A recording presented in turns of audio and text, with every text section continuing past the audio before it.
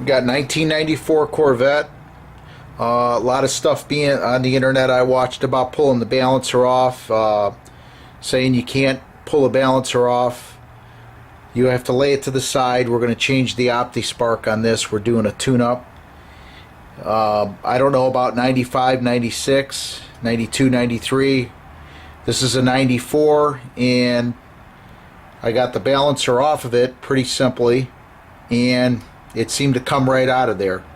So I'm seeing guys flopping them to the side. They can't get them out. I don't know about, the other ones, but on this particular 94, it's a base. It's not a ZR1. The balancer came out. And I'm going to show you real quick how I got this done without having any trouble getting it off of the hub. Now, as you can see right here on the hub assembly, these are where the 3 threaded bolts go through. The balancer is not threaded. That seems to be part of the problem. If they would have threaded it from the factory, you'd be able to thread into those with bigger bolts and pull it right off. So it's hard to get a puller in here, so I actually modified a puller to get the balancer off of there pretty simply. After I got done talking to a guy, made the mistake of going to AutoZone because I wanted to try one of their pullers. He's telling me I have to jack up the motor and pull the power steering out and all this stuff, and the radiator. Guy's been working on cars for 45 years, and he says I got to pull the radiator out. So I don't know. Maybe I got on a different planet. So I'm not a mechanic by trade, but I could tell you don't have to pull the radiator out.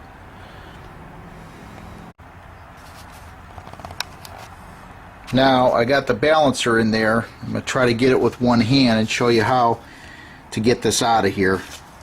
If you lean it towards the Opti a little bit, it'll notch down in there, then pull the outside back towards, pull the top towards the front a little bit, and it'll drop right in there. So bring it up, go towards the Opti a little bit, then back to the front, back to the Opti a little bit, and it comes right up out of there, just like that. So, like I said, I see these guys flopping them to the side, and they say you can't get them out. I don't know what happened there. But like I said, this is a 94 and it come out. So you could see there's not a lot of nicking or anything like that going on. Okay, so how did I get it off? Traditional puller. What I did is I went up and bought another puller just like it and modified it a little bit, and I'll show you how I modified it. Basically by cutting this tab off and rounding it off. Now when you get the other puller and you cut the tab off and round it off, it looks something like this.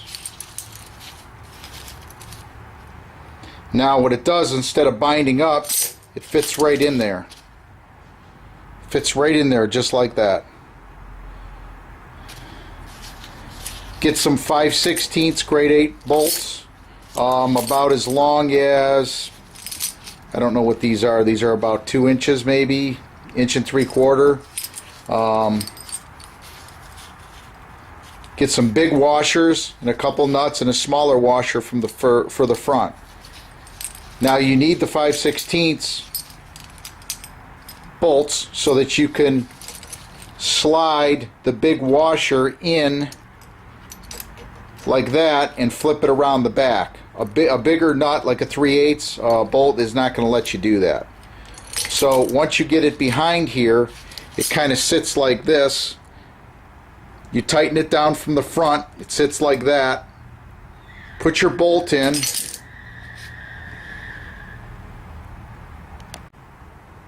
Now when you put the puller bolt through the front, it actually fits in there pretty nice. As you can see on the top of the power steering rack, that little line pops right up out of there. Allows you to run this bolt right through there, right through the front. Now when you put this in here and you thread it in here, get it threaded in here like this, what you're going to want to do is take a socket like what I did, and I'm not sure this is the exact socket I used, but it's close. And what I did was I set it inside the middle. before I put this on. You get a big socket, set it inside the middle of the pulley. Okay, I think this one's it because you could see a little mark in there. Take a nice sized little socket, set it in there like that. It'll rest in there pretty nice. If you want to use a bigger one, use a little bit bigger one, but not too much. And then what I did is put a little bit of grease, little white grease on the tip, the tip of the shaft bolt. So you put that inside there. Then your homemade pulley, you slide your bolts in first. Then what they'll do is they'll stick out the front. The bolts will stick out. I've already got one caught in there a little bit. And that's kind of how it goes. It sits in there like that. Once you get the bolts in there, they'll hang out the front. You'll see them. Just go ahead and start threading these bolts on, and I suggest just using everything new because it's easy to get them on and get them started. Then once you get them started and you get them locked in,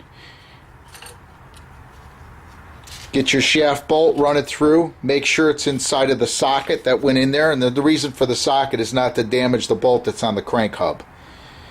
And then once you start tightening it down, you'll get a little tension on it. It'll pull these bolts out. It'll be nice and tight. You could check each bolt. You could look behind the motor, behind the balancer, and make sure that the big washers are not interfering with anything.